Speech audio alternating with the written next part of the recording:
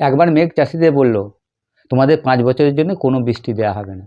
তখন চাষিদের মাথায় হাত পড়ে গেল। তারা ভাবতে লাগলো কিভাবে তারা সংসার চালাবে। কিছু চাষি তাদের যন্ত্রপাতি ধুয়ে মুছে প্যাক করে রেখে দিল।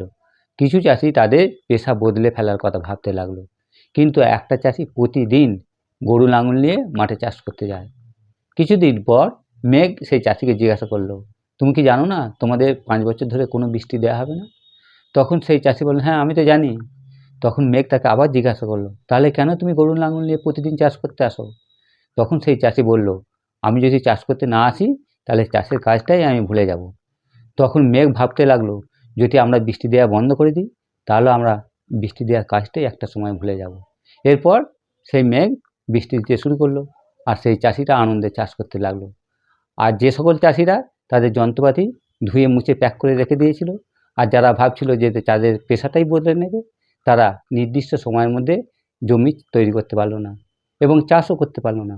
বন্ধুরা, সফলতা তাদেরই আসে যারা কঠিন পরিস্থিতিতে নিজেকে মানিয়ে নিতে পারে এবং কঠোর পরিশ্রম করে চলে।